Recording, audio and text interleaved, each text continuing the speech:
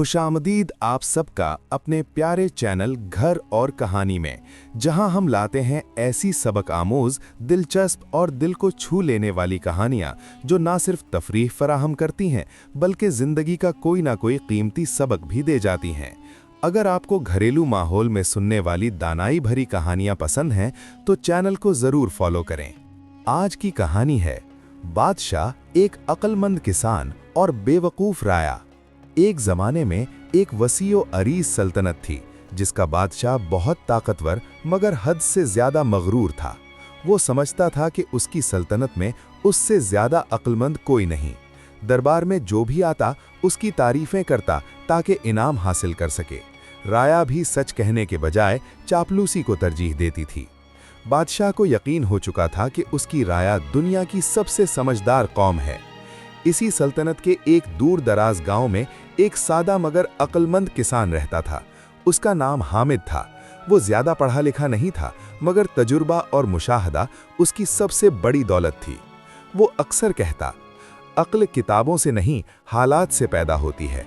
गांव वाले उसकी बातों को हंसी में उड़ा देते मगर मुश्किल वक्त में सब उसी के पास मशवरा लेने आते। एक दिन बादशाह ने ऐलान किया, जो शख्स मुझे सबसे बड़ी सच्चाई बताएगा उसे खजाने से सोना दिया जाएगा, मगर अगर किसी ने बेवकूफ़ी की बात की तो सख्त सज़ा मिलेगी। लोग खौफजदा हो गए। कोई भी सच कहने की हिम्मत न करता। सब तारीफों के पुल बांधते रहे। आखिरकार गांव के लोगों ने हामिद को दरबार भेजने का फैसला किया। वो सादा लिबास में दरबार पहुंचा। बादशाह ने पूछा, बताओ सबसे बड़ी सच्चाई क्या है?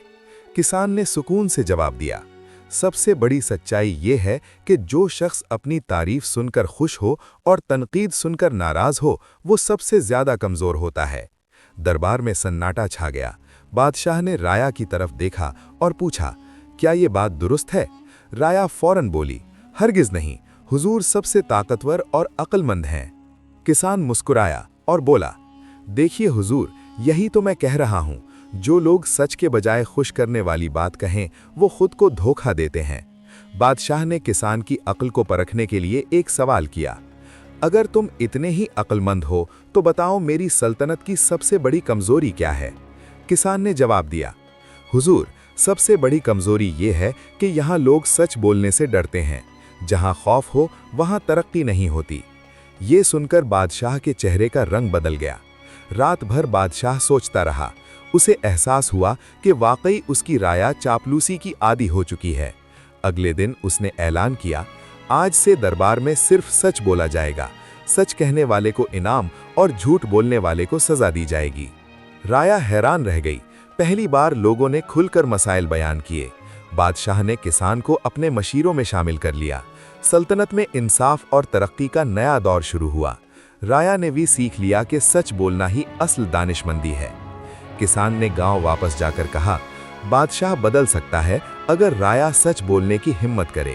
और यूं एक अक्लमंद किसान ने ना सिर्फ बादशाह बल्कि पूरी सल्तनत की सोच बदल दी। चापलूसी वक्ती फायदा देती है मगर सच्चाई हमेशा देर पा कामयाबी लाती है। अगर आपको ये कहानी पसंद आई तो घर और कहानी को जरूर फॉलो करें और अपनी राय कमेंट्स में बताएं।